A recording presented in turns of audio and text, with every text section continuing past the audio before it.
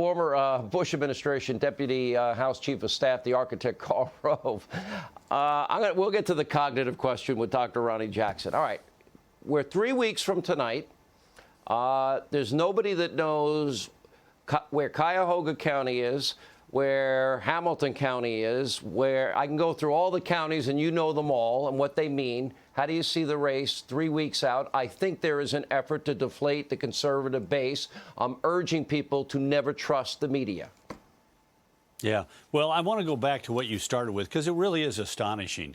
Just think about this. This is sort of, it's not as bad as deplorables and, you know, they cling to their guns. But what did Joe Biden just say? Joe Biden just said, you're stupid. He said, you can't figure out what affects you and your life and the prosperity of your family and your community. Think about that. You're right. Ronald Reagan asked the question in the one debate in 1980, are you better off than you were 4 years ago? Gallup smartly has picked it up and asked that question ever since. Today, you're right. 56% of the American people say, I'm better off. Amazing. We're in a pandemic. 10.7 million more people are without jobs today. Why do 56% say that? I think they say it because in 2017, 2018, 2019, and through February this year, they realized they were enjoying better prosperity than they had been enjoying for years, and they gave President Trump credit for it. By comparison, in 2012, in the final months of Barack Obama's reelection, that number was 45%.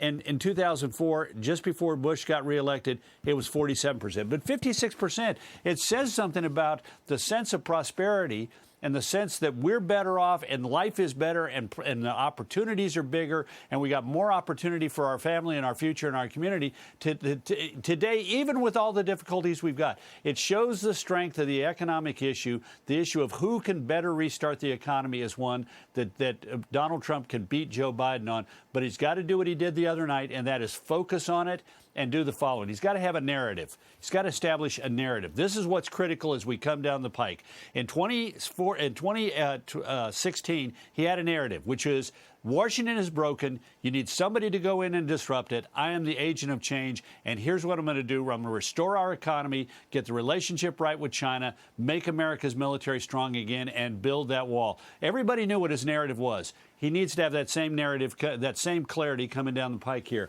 And I think the narrative is this. Joe Biden's not shooting straight with you. He said he was against fracking in the primaries. Now he says he's for it.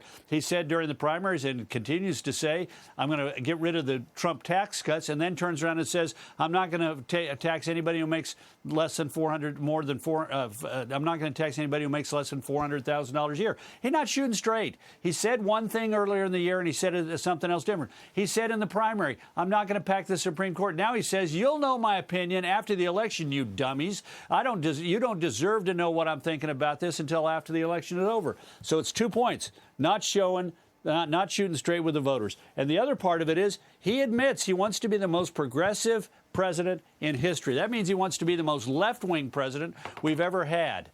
And all we got to do is, and all the president needs to do is, go to the Democratic platform and go to the Biden-Sanders Unity Task Force recommendations and go around the country saying, here's what he said, here's what he wants to do. He led you to believe he was a different kind of guy, a traditional Democrat in the primaries. Now he's showing his true colors, but denying that he's in favor of all these things that he's endorsed in the platform and in the unity recommendations. And Trump can do that. I saw a guy the other night who was the happy warrior. He came out, he was light, he did a little dance. He said it had a smile on his face. He delivered the attacks with not a grim look on his face, but like he was enjoying it. And that's the kind of guy, if he wants to win, that's what he's got to do in the next 20 days. Karl Rove, the architect. I would just say anybody that makes a prediction, I don't trust anybody. You saw the exit polls in 2004. What did they say, Karl? Refresh my memory. Well, the exit polls the afternoon exit poll said Bush was tied in Mississippi, losing white men in Florida, getting wiped out in North Carolina and Ohio and Minnesota and Ohio and Colorado and John Nevada. Kerry was going to be the next president.